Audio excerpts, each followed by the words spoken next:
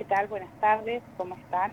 Bien, bien. Acá, bueno, queríamos escuchar la otra campana, por decirlo así. Nos habíamos hablado en el primer tramo del programa con, bueno, referentes del Frente de Todos que nos planteaban esto de un pedido de informes por, bueno, el incremento de la tarifa del EPEN. ¿Cómo están viendo ustedes Bien, este planteo que está haciendo la oposición? Estuvo hablando el gobernador hoy también, ¿no? Como ujú, planteando, direccionando también los cuestionamientos a, bueno, esto de la tarifa Comahue, ¿no? Del reclamo que le hacen al gobierno nacional. ¿Qué tenés para compartirnos ajá. respecto a este tema? Bien, sí, un poco eso, compartir algunas reflexiones, ¿no? Porque Ujú. lo técnico respecto a la elevación de las tarifas tiene una explicación que el EPEN puede dar seriamente, como siempre se ha manifestado. Lo llamativo es que esto se politice y que sea justamente, ni más ni menos que el Frente de Todos, quien gobierna a nivel nacional, quien traiga esto tratando de sacar un rédito, digamos, político de una situación donde la elevación de la tarifa por parte del EPEN tiene toda una explicación, gran parte originada en Nación justamente, porque el EPEN le compra la energía a Camesa y cada vez que Camesa eleva el monto, el EPEN tiene que reflejarlo necesariamente en las tarifas. El EPEN es una empresa que presta servicios, si bien es una empresa pública, también es cierto que tiene sus costos y bastante altos, por cierto, porque, bueno, debe hacer el mantenimiento de una red de distribución de energía eléctrica de más de 1.400, de 5.400 kilómetros que tiene distribuidos en toda la provincia. Tiene que hacer mantenimientos, tiene, por supuesto, tiene costos fijos y costos variables. El tema tarifario es un tema complejo, pero también es cierto que durante 2 años no se pudo tocar la tarifa por la emergencia económica Ujú. dictada también por el gobierno nacional y a la que adhirió la provincia, porque en pandemia de hecho sacamos hasta una moratoria, porque nadie podía pensar que con un país y un mundo frenado totalmente uno fuera a pensar que tenía que actualizar algún tipo de tarifa o tasa o lo que fuera. Ujú. Pero bueno, esto pasó y los costos se siguen incrementando. Entonces era sabido que después de la emergencia iba a haber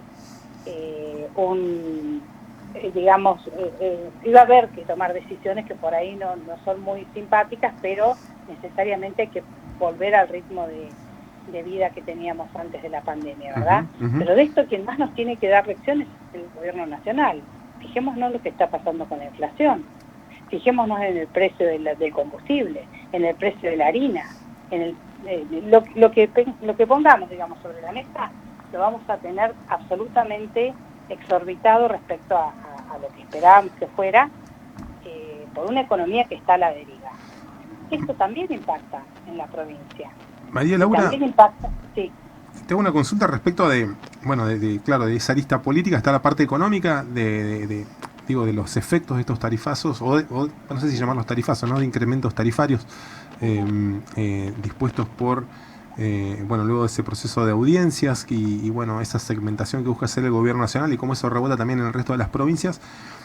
Hay mencionamos recién el condimento político que Uh-huh. de acuerdo a tu mirada implica este pronunciamiento en la provincia. ¿Crees que hay una réplica respecto a por ese pedido que viene haciendo el vicegobernador en buena medida y que hoy también estuvo trayendo a colación nuevamente el gobernador respecto de la tarifa Comahue, esto de que, bueno, se modifique el cobro de la tarifa de modo tal que, bueno, no tengamos que incluir los gastos de transporte, ¿no? Dar toda la vuelta del Uh-huh. circuito, sino que se tome el punto cero como Neuquén, digamos, ¿no?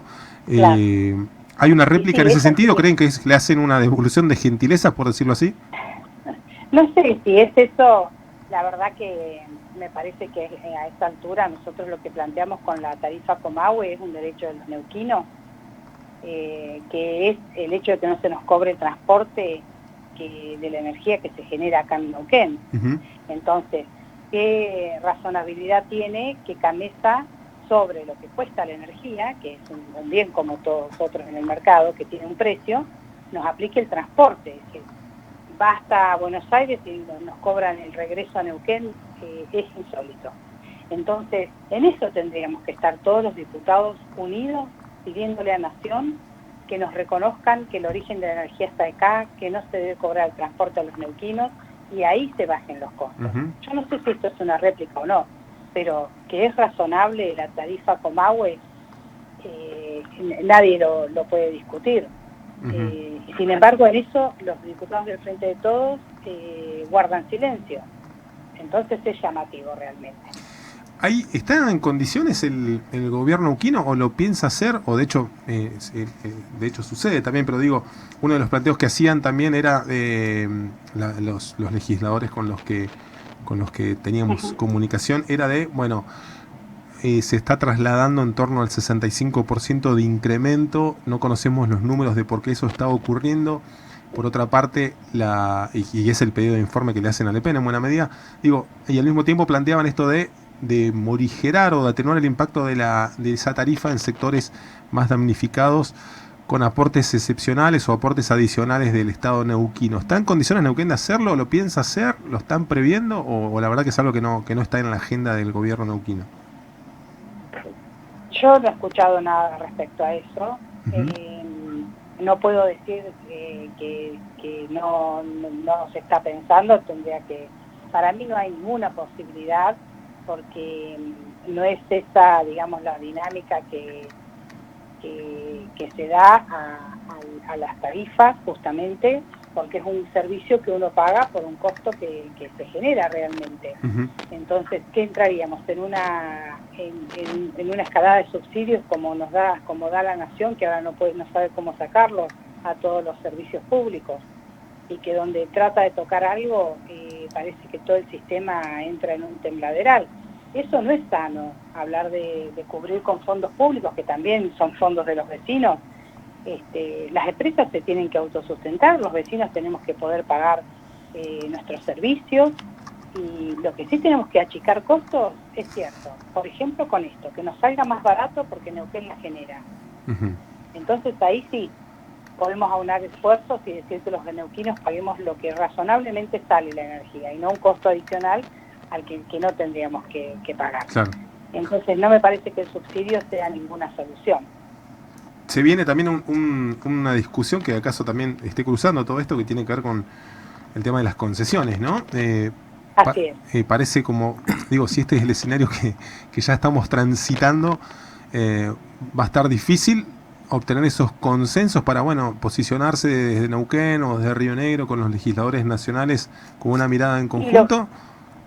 Esperamos que no, esperemos tener consenso. Lo que pasa, Fernando, es que hay una situación muy clara, que siempre los legisladores, por más que estén acá en Neuquén, si responden a partidos nacionales, la orden la reciben de Buenos Aires.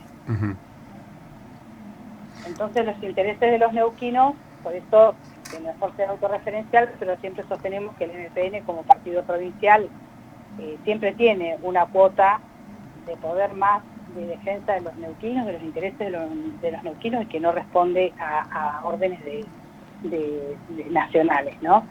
Y eso es lo que nos fortalece en cierta medida. Pero nosotros con las hidroeléctricas también se ha manifestado el vicegobernador Marcos Cosman, el gobernador Omar Gutiérrez, respecto a que queremos sentar una posición de equilibrio razonable, queremos tener participación en las decisiones. O sea, hay una diferencia esencial entre las concesiones que se dieron, las que vencen ahora, en aquel momento histórico, y ahora, después de la reforma de la Constitución Nacional en el año 94, donde dijo que los recursos son de las provincias. Claro. Entonces, ahí eso no existía en los años que se dieron las concesiones. Ahora,